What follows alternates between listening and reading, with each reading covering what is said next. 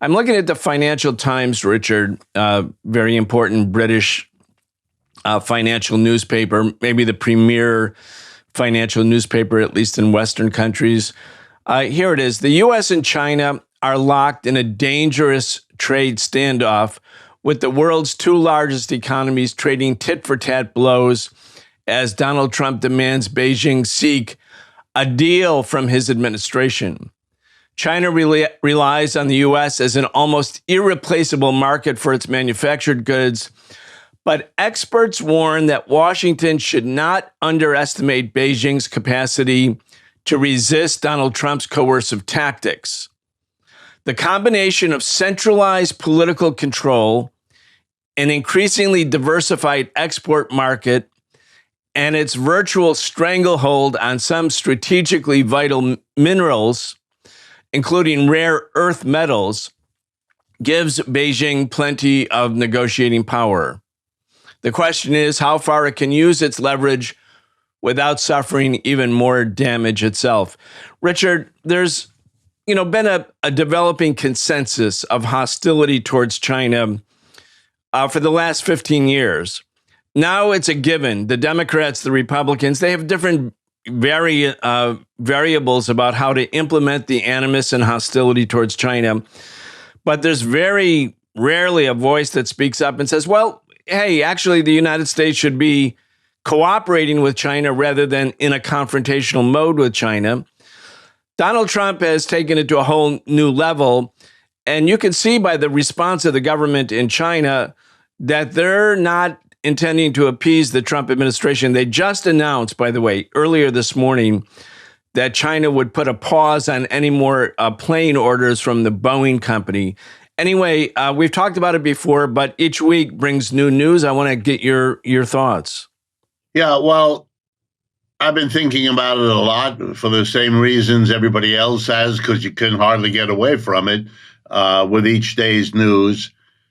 Mr. Trump may not be all that much of a strategist and not that much of a business person, but he has mastered an ability to keep himself in the news. It used to be limited to the United States. Now he has the whole world. He's on the front page nearly everywhere. The tariffs put him there because he is now literally threatening everybody. And so he gets his picture on the front page because people are struck and worried. And before I even take a step further, let me talk about that for a moment. We've not seen this before. China, to take one example, hasn't done anything remotely like this. The Financial Times may enjoy listing, they have a command economy or a dictatorship, the usual Western noise about the East. But in point of fact, when it comes to dictating to the rest of the world, China it takes a back seat to what this government in the United States has just done. Let me remind everyone, no conversation, no discussion, no debate. Unilaterally, the government of the United States informs virtually every other country on earth that they will now have economic difficulties because of what the United States government wants. That's a dictatorial pronouncement, folks. That's not a democratically arrived at anything. Remember what democracy is. If you're affected by a decision, you have the right to participate in it.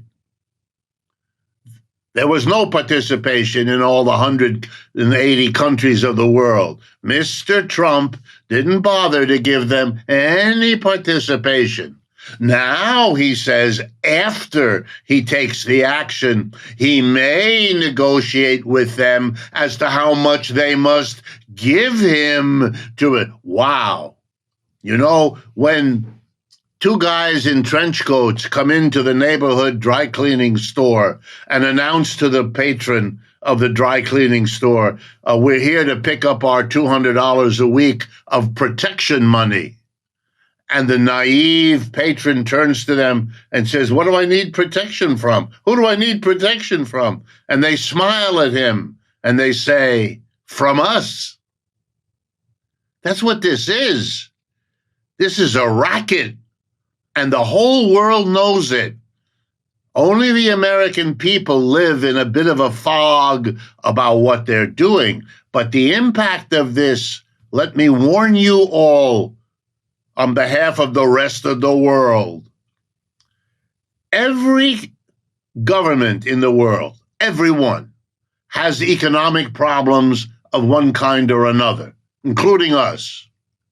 But what every government in the world will now be able to do is blame the United States for their problems. And there'll always be a grain of truth, because whatever problems they had, Mr. Trump just made them worse. So this whole notion that this is some strategic masterstroke, you must be kidding. This is not a masterstroke. This is a colossal blunder. Okay. Now to respond to your immediate question. The Financial Times makes a mistake, which itself it corrects. It refers to the dependence of China on the export market to the United States. I forget the exact word you used, but crucial or very important. And then when it lists the 3 reasons why China is not such tough shape, one of them turns out to be its diverse export market. Well, let me translate that into real simple English. The Chinese decided 10 years ago that their economic development, spectacular as it was and is, was lopsided in a way they had to deal with.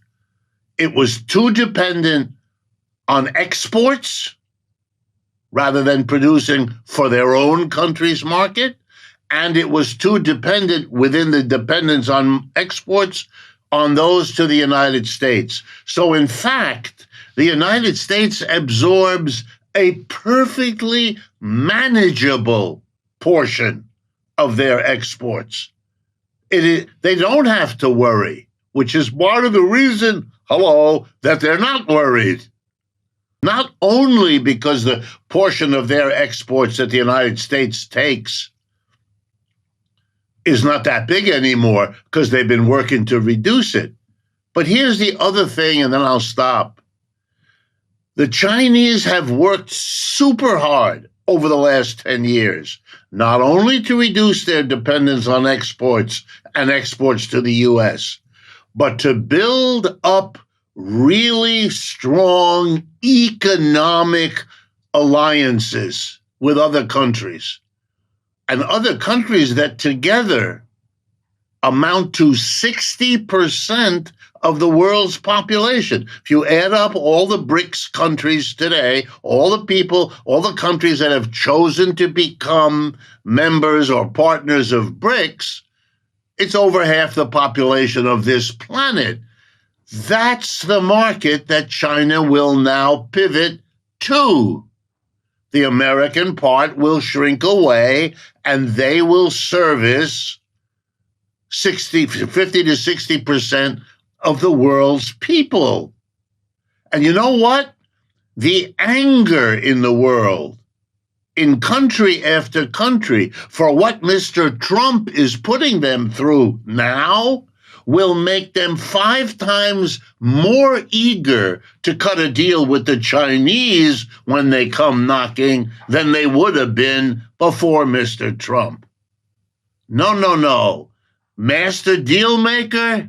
No. How about the name Klutz? Richard, in our last 2 minutes, I want to touch on one last point. The tariffs are not going to help the U.S. working class. Manufacturing and high-paying jobs are not coming back to the United States. That's not going to happen. But it could happen.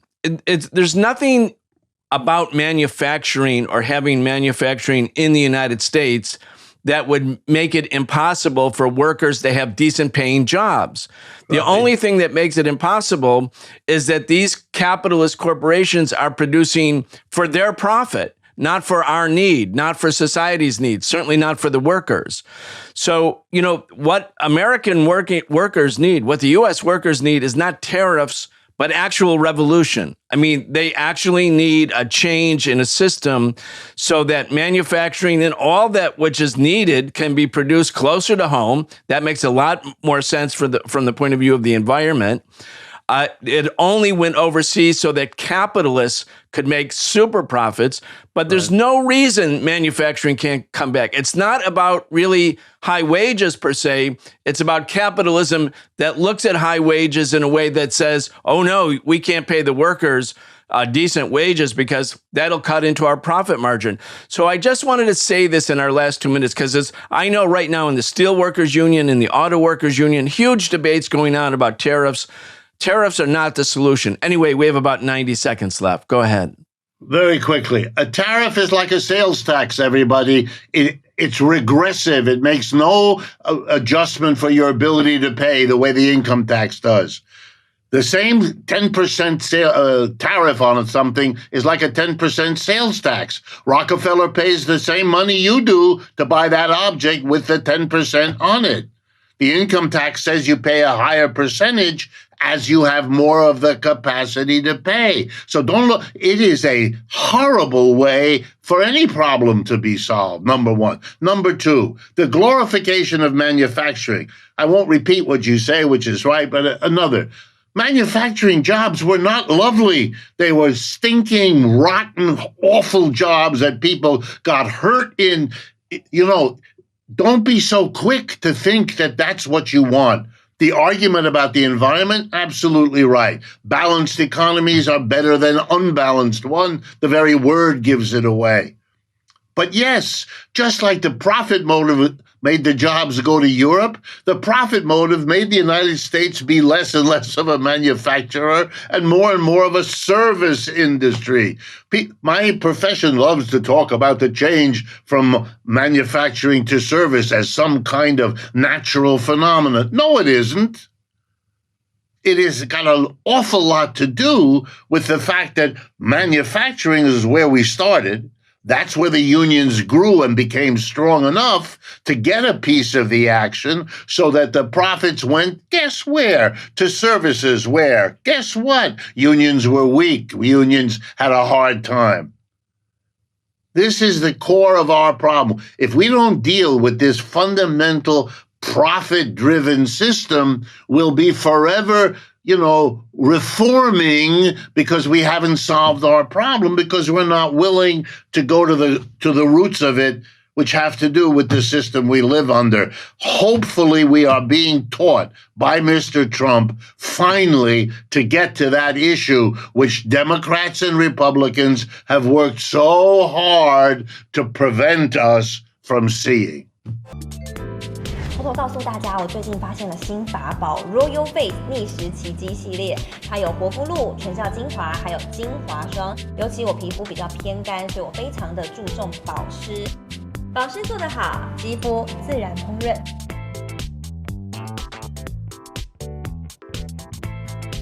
提亮肤色更年轻，抚平皱纹超有感，而且气色变好。用心保养，每天都更美一点。